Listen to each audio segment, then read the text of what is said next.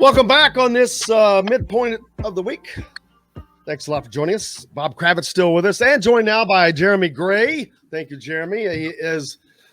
He's got the longest title, and it changes sometimes. So, what, for brevity's sake, what would you say your title is, Jeremy? Senior Associate Athletic Director in charge of the non-athletic parts of the athletic department. See, I couldn't have been that quick. That's even better yet. He is just in charge of all communication. I got a little story about that. So Adidas, for like senior staff members and coaches, gives a card to you that allows you a certain amount of merchandise a year. And we went to an Adidas store in New York City. And we pulled out the card, said, we've got this. Let's, like some shoes or whatever. And the manager came out and goes, "Are you a professional athlete?" And he had that look on his face. And I'm like, "No, why?" And they're like, that's like what people with this card are. And I'm like, "Are you saying I don't look like a professional athlete?"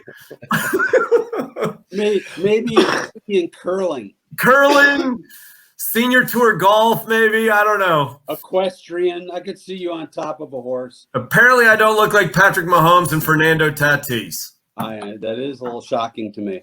We all have that problem, man. And too late. We're not all eligible for name, image, likeness awards either, but one of the things that I want to talk about today, in addition to just having some fun, but name, image, likeness is something that has quickly come into all of our lives because it's here.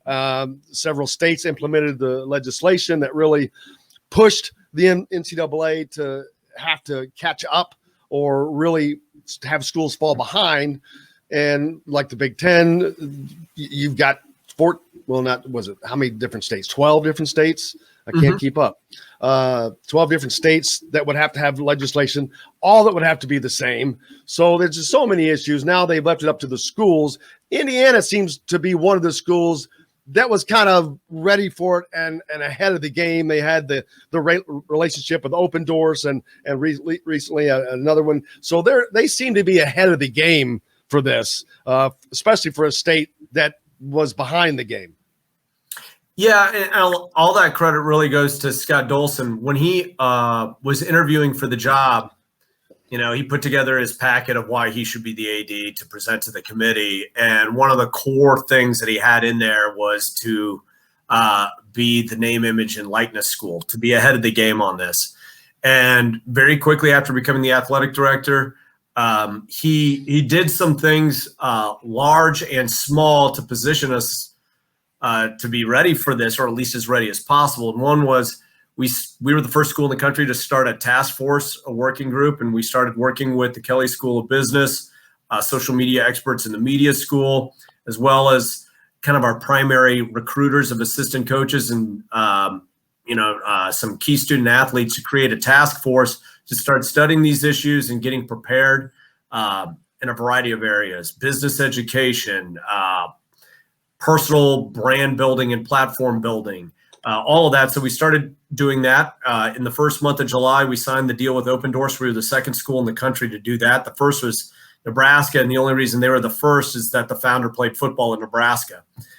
So we were on kind of the vanguard of that. And then, and I was telling you in the break that, we've had furloughs and some staff layoffs and all of that kind of stuff, but he made sure that key areas related to name, image, and likeness would be hampered kind of on the low end compared to the rest of the department with our financial, situation, so that we could be prepared for this. So you've probably seen it really starting with the football season, carrying over to now the Mike Woodson era of the basketball season or basketball tenure, that we've invested a lot in video, graphic design, social media content. All of that is part and parcel with our efforts in name, image, and likeness. But to say we were totally prepared would be an exaggeration, as the 2 weeks leading into July 1st, 2021 definitely felt like finals week. Yeah. Let me ask you, Jeremy, what do you like about the NIL? approach now? And what are some of maybe the unintended consequences that concern you? So what I like about it is I've always found it strange and really difficult to defend intellectually, the idea that someone wouldn't own their name, image, and likeness, that Natalie Portman can study drama at Harvard and star in a movie, but Kyle Schwarber, when he was playing here, couldn't get hitting lessons and say that he's Kyle Schwarber, IU baseball player. I always found that untenable and unfair. So the fairness of it is something that I find very appealing. Also, the whole point of college is to prepare people for adulthood and a professional life, and it's preventing them from making money. My 14-year-old daughter has a lawn mowing business, but preventing them from, in a lot of these areas, preparing themselves for a career in business by prohibiting these activities, I just thought was strange. So the fact that they can be their own entrepreneurs, and I think it coincides with the mission of college, which is to prepare people for adulthood and their professional careers. So I think all of that's great. I also think my view on this has changed, because I've always thought of kind of the Trevor Lawrence, Zion Williamson, Cody Zeller, his freshman year example of the people who make a lot of money. But then I thought about my own college experience of, at the end of the month, I was digging in the couch for quarters, because I had spent my allotment that month, that, an extra $200 for a tennis player because they're able to give some tennis lessons, right? Meaningful money for these college students. So I think all of that is great. To the second part of your question, the unintended consequences, I think the business education part is going to be a huge undertaking, and we are really committed to it here. But even in the last few days, there have been things that have popped up that we didn't really even think about. And I know that a lot of schools who have been very aggressive on the "we'll build your brand and you can make money here" are not really thinking about business education. Mm-hmm. I've been in some meetings with some teams, and for that Instagram post, they might be giving you a couple of shirts, but you're going to have to pay taxes on those shirts. Right. And you're going to run a camp, which is great. Do you know that the basketballs you're buying for your camp, if you save the receipts, can be a business expense that you could write off on your taxes? And you see like the eyes get wide open.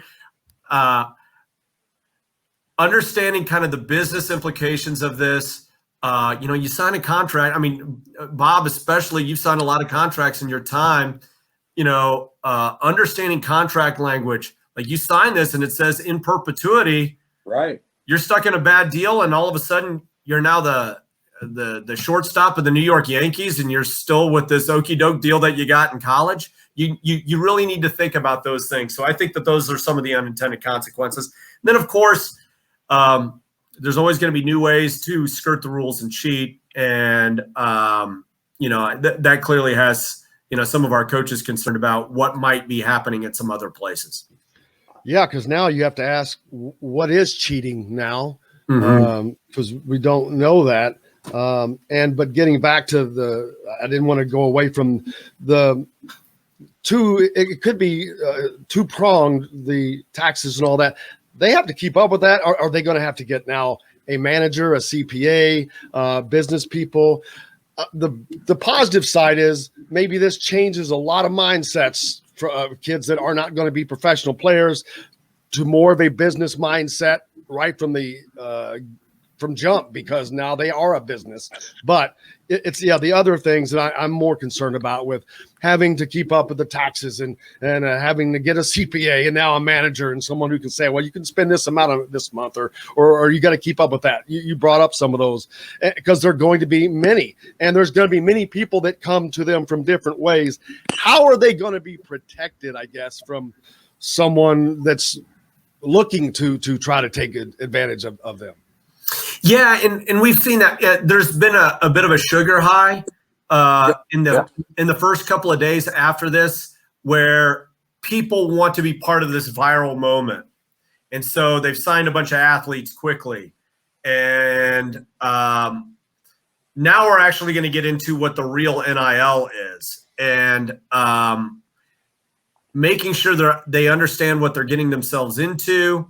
I think is really important. So one of the we're doing a series of things. So Kelly School of Business is going to do a series of business education seminars and classwork for them, so that they understand these things. We are going to advise them to find advisors.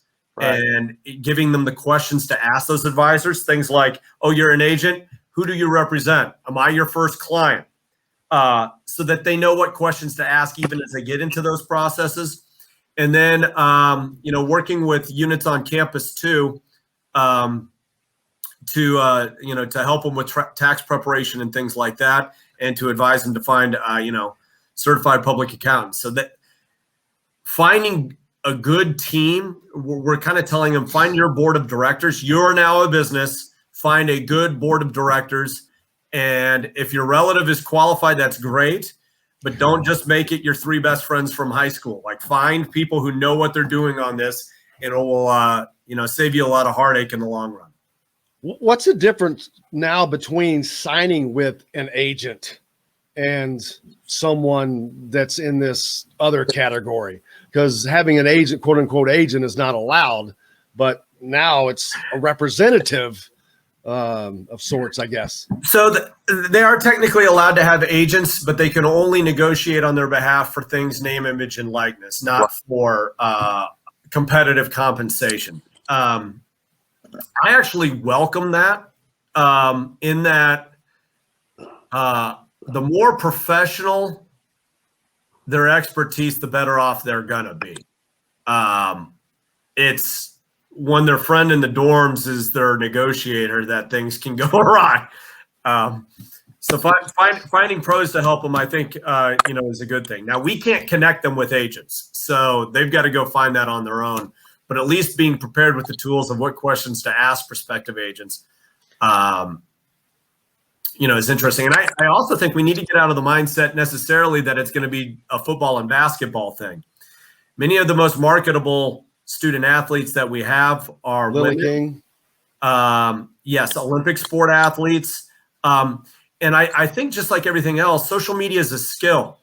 Magic Johnson was a lot better than Rex Chapman as a basketball player, but Rex Chapman is a far more vital social media follow than is Magic Johnson, and therefore would, at this point, make potentially more money on name, image, and likeness than the greatest point guard of all time. Right. So you're going to find maybe the 6th best player on our basketball team is going to make the most off NIL because he is really good on social media, where our best player, might not be. I'm not saying Trace is not good on social media. I think he is, but you get my point. It's going to shoot off in different, maybe unexpected directions. What are some of the things, Jeremy, that they cannot do? And I ask this because late last night I was going through the internet and saw that a bunch of players had signed up with Barstool, which, while I think they are reprehensible weasels, generally speaking, David Portnoy in particular, they have a sports book, and I wonder how that works with the NIL. Yeah, so IU is every school's got their policy on this. IU has fewer protected categories than most, okay. So we're going to be less restrictive than most. However, like if it was directly for a sports book, directly for an alcohol product, that would be prohibited. Okay. But they could potentially, and I'm not setting them up with a deal, they could do something for Knicks, but they can't do something for Jack Daniels, if that makes sense. Yes. Okay. Yeah. So that's kind of where the dividing line is. I do think it's important that we get the athletes to consider you're going to live potentially until you're 90 years old, and how the deals that you sign will matter for other things you do in your life. Right. So, unless you're Victor Oladipo, Jordan Howard, Kyle Schwarber, or Lily King, you're going to have to probably get a real job, and you need to think about who you align yourself with.